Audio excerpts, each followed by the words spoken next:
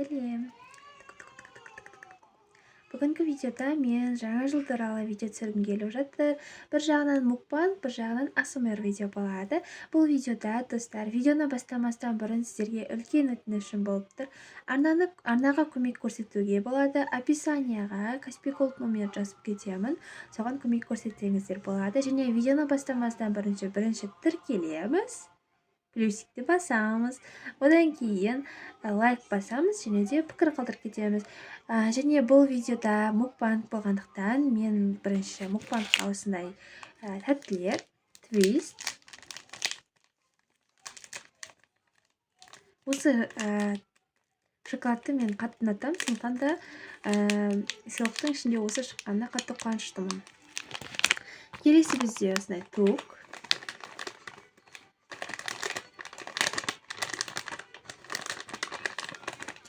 Және сыйлықтың ішінде дәл осындай қалташа шықты.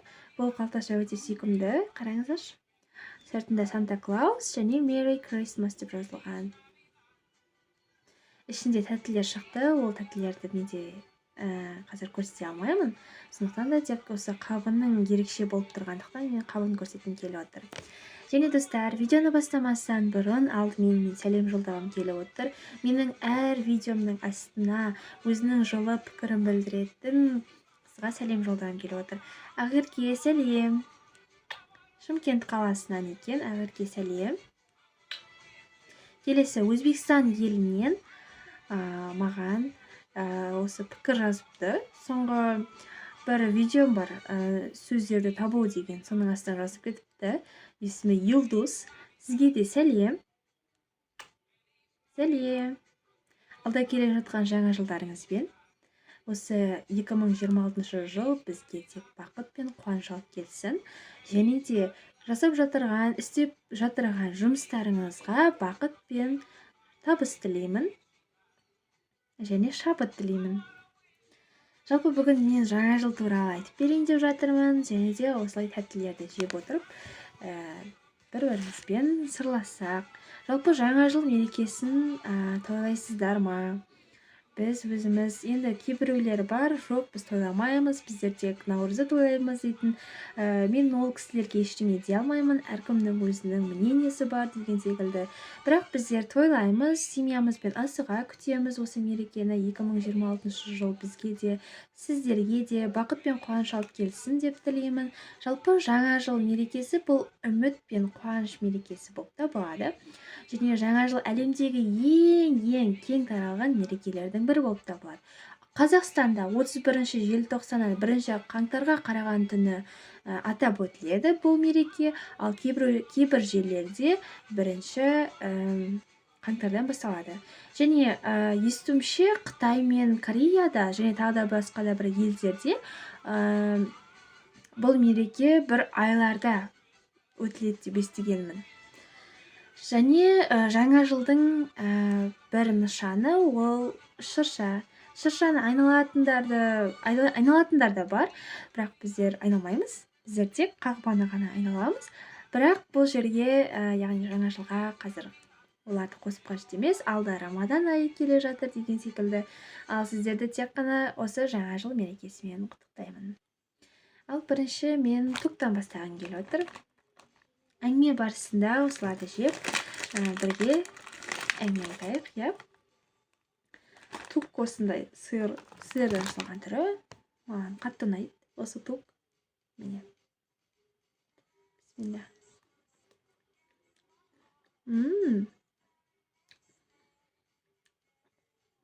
Тукты біраз болды жемегелі.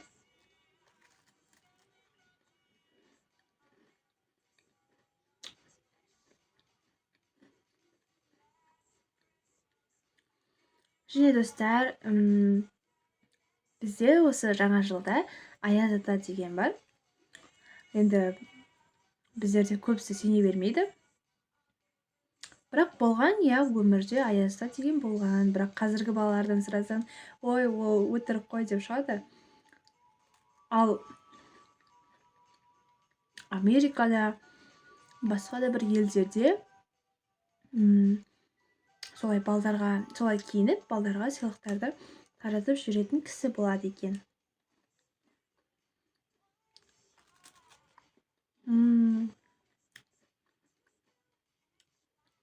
Күшті екен.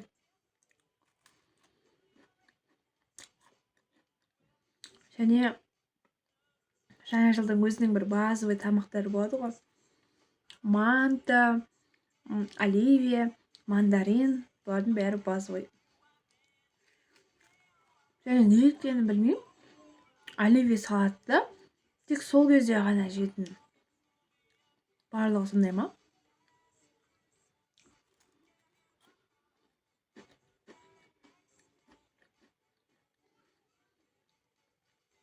Сіздер мерекені тойлайсыздар ма? Пікірге жазып кеттіңіздер, иә? Біз өзіміз жыл сайын тойлаймыз.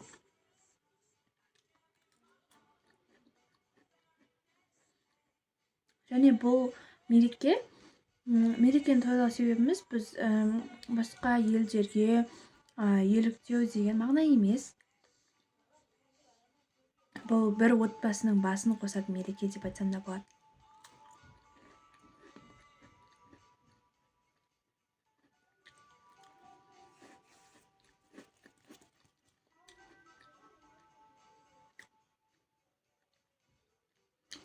Сіздер білесіздер ма, осы жаңа жыл туралы көп нәрселер айтылатын. Жаңа жылда көбінесе әртүрлі киімдер киеміз, образдарға, иә. Мен мен де ханшайымдардың киімдерін киетінмін кішкентай кезімде. Тек басқалар, менің класстастарым, олар мысалы ер балдар жақтары көбінесе Человек-паук, Бэтмен деген нәрселермен көп киінетін. Қыздар жақтары да сондайлар да болды. Бірақ өзім тек көйлек киіп, өзімді ханшайым сезінетінмін. Бірақ сондай қыздарды көрген кезде мен ойланатынмын. Неге солай киінбеске деп. Бірақ өзіме ұнамайды. Ұнамайтын нәрсені мен кие алмаймын. Бірақ өзім бір талғампаз қыз болдым ғой.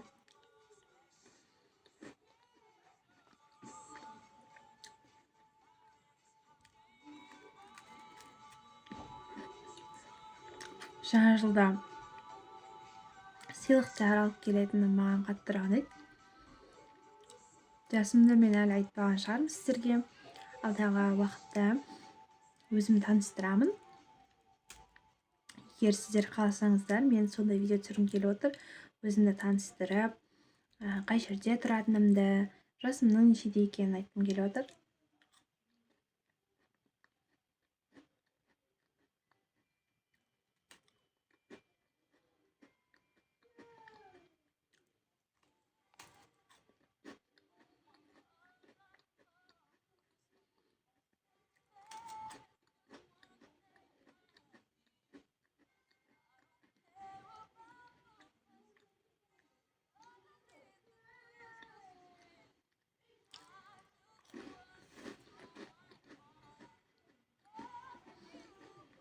Мен сосын бір комментарий көріп қалдым да, астына түрікше жазып кетіпті.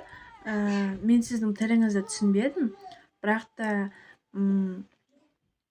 видео үшін рахмет деп жазып кеткен. Арнайы Түркиядан жазып отыр екен. Мен таңғалдым. Өзге елдер де менің видеомда қарайтынына.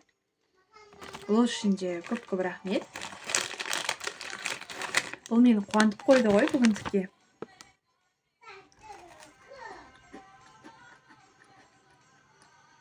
Осы мен 3-ші рет шығар.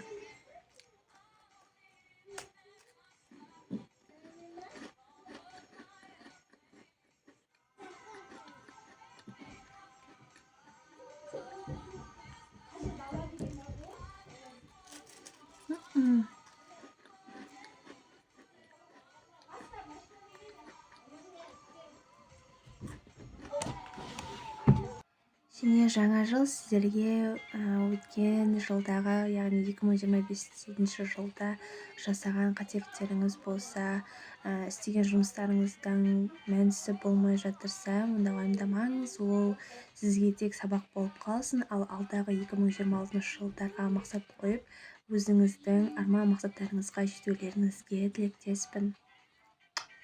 Жаңа жыл бұл қуанышқа, мейірімге, үмітке ерекше толы мереке болып табылады. Сондықтан бұл мереке әрбір адамға бір мүмкіндік болып есептеледі. Сондықтан жаңа жылды қарсы алу бұл баршаға ортақ қуаныш болып есептеледі. Ерекше дәстүр болып табылады. Және енді мен осы твист деген шоколадты жейін деп жатырмын.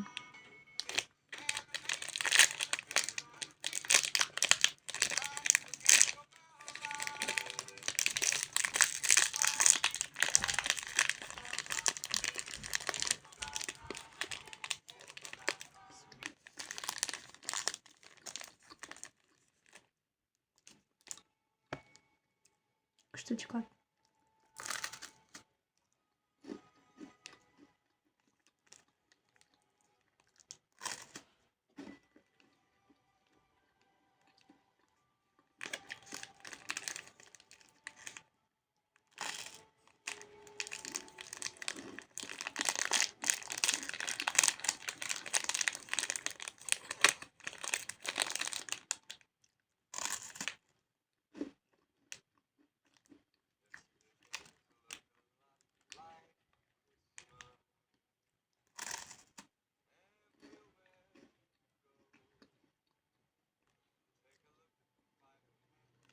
Өте дәмді.